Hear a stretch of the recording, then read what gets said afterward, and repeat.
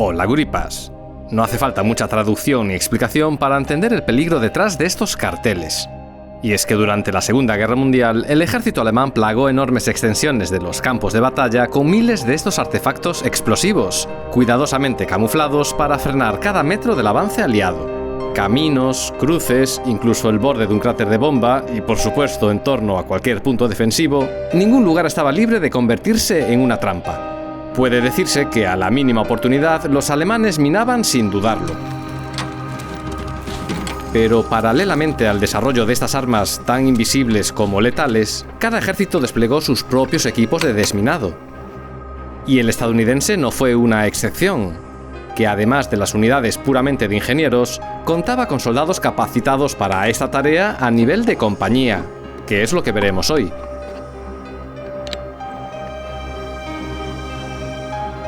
En todos los casos, la herramienta principal era la misma, el detector SCR-625. Que sepáis que entre los soldados existía el temor constante, casi instintivo, de dar un paso en falso. Y es que en el frente muchos se movían con la duda de que una mina estuviese a un solo centímetro de su bota. Y ese miedo no era exagerado, bastaba con ver un cráter reciente o encontrar una marca de mina para recordar lo vulnerables que eran. Y ese mismo temor acompañaba también a los encargados de desminar, que por un lado debían trabajar lo más rápido posible, pero sin olvidar que un error podía costar muy caro. Junto a mis compañeros del grupo de recreación Northwest Paratroops, con el vídeo de hoy tratamos de plasmar ese avance medido y tenso.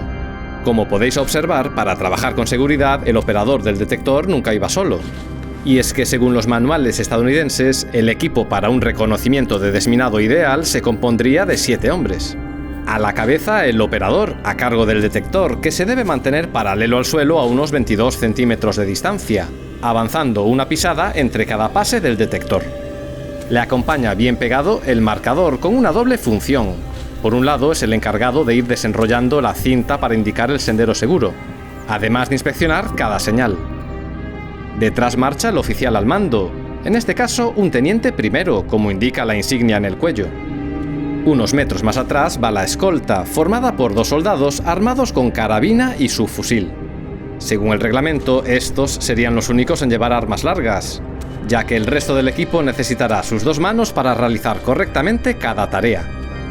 A continuación marchan los 2 últimos soldados, uno para relevar al detectorista cada 20 minutos, evitando así pases incompletos debido al cansancio, y cerrando la columna uno encargado de los recambios, además de funcionar como reserva en general, ya que todo el equipo estaba entrenado para asumir cualquiera de las tareas si fuese necesario. Que sepáis que para no ser detectados, normalmente este reconocimiento del terreno se realizaba de noche y precedía al posterior avance de la infantería, abriendo como mínimo un sendero seguro por cada compañía. Pero obviamente también se llevaba a cabo sobre cada metro conquistado, desminando cualquier campo minado, conocido o no, dejado atrás por los alemanes. Y esto debía hacerse sobre todo tipo de terrenos, desde campos de cultivo, playas, desiertos, hasta zonas montañosas o nevadas. Pero las señales del detector no siempre advertían de un peligro real, ya que al reaccionar ante la presencia de cualquier metal podía dar señales falsas por culpa de chapas, latas o restos de munición, o incluso objetos enterrados a propósito por el enemigo para confundir al detectorista. Por eso había que permanecer siempre alerta ante cualquier señal.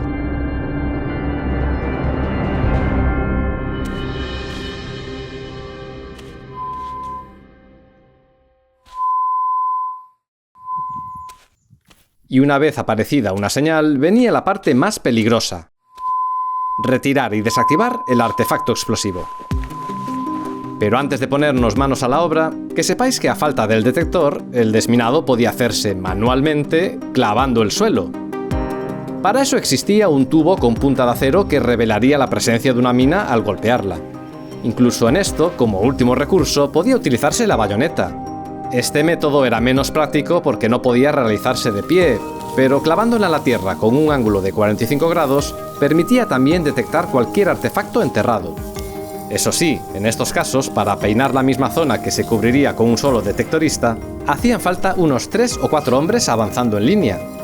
Además de que el proceso así era más lento y sobre todo más agotador. Su gran ventaja, eso sí, era la de ser el único método fiable para dar con minas fabricadas con apenas partes metálicas, como la Shu Mine 42, con una carcasa elaborada en madera que la hacía prácticamente indetectable para el detector, porque no todas las minas son iguales. A grandes rasgos se dividen en dos categorías: las antipersona y las antitanque, es decir, las que necesitan una presión mucho mayor para activarse y que, a pesar de su nombre, eran letales para cualquier vehículo que pasara por encima. Entre las minas antipersona alemanas habría que destacar la S-Mine, que saltaba y explotaba en el aire con retardo. Y entre las antitanque, las más conocidas son las Tellermine. También deciros que no todas funcionaban por presión, existían también las activadas por tensión mediante una cuerda o un cable. Estas eran las conocidas como booby traps en inglés, muchas veces consistentes en una granada de mano oculta y preparada para ser activada. Y una vez detectado algo, el procedimiento era siempre el mismo. Antes de nada, había que distinguir el tipo de mina. A continuación, delimitar su forma para comenzar a desenterrarla y poder desactivarla con más seguridad. Pero si surgía la mínima duda sobre el estado de la espoleta o sobre la posibilidad de que hubiera una booby trap justo debajo, entonces se extremaban las precauciones. Así, siempre que no hubiese riesgo de alertar al enemigo por el ruido, era habitual atar una cuerda a la espoleta para activarla a distancia, o incluso plantarle directamente una carga encima para hacerla explotar sin riesgos. Aunque en esto la versión Pro se hacía con tanques especializados, que contaban con dispositivos barreminas capaces de abrir pasos seguros sin tener que exponer a nadie sobre el terreno. Ahora volvamos al momento que dejamos antes. Nuestros protagonistas han dado con la primera señal del camino. En situaciones de apremio se dejaría marcado el punto, o incluso mejor, otro compañero se ocuparía de desactivarla mientras el equipo sigue avanzando. Pero en este caso el soldado va a proceder. Como ya expliqué, lo primero es determinar ante qué tipo de artefacto explosivo estamos, buscando los bordes o la espoleta que asoma.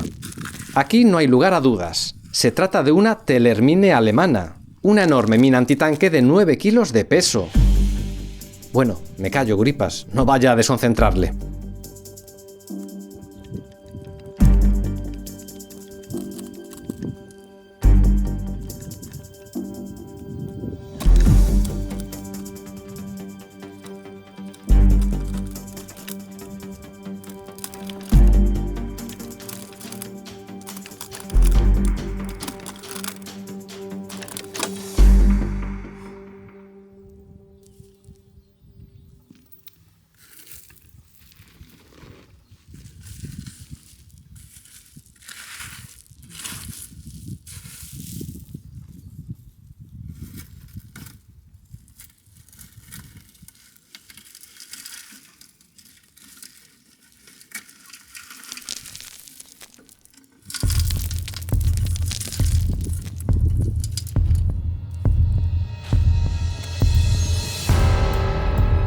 Pues esto es tan solo el ejemplo de la desactivación de una mina.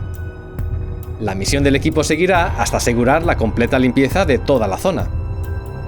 La verdad, es difícil imaginar la cantidad de minas que hubo que desenterrar durante y después de la Segunda Guerra Mundial. Una tarea no exenta de peligro en la que muchos soldados perdieron la vida, ya fuera durante el desminado, el transporte o el almacenamiento de estos explosivos.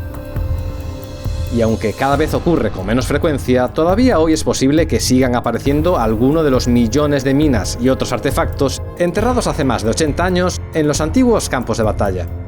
Antes de despedirme, como siempre, quisiera reconocer a quienes apoyáis activamente el canal.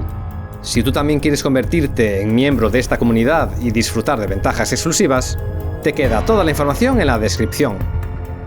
Nada más, Guripas, nos vemos en el próximo vídeo y rompan filas.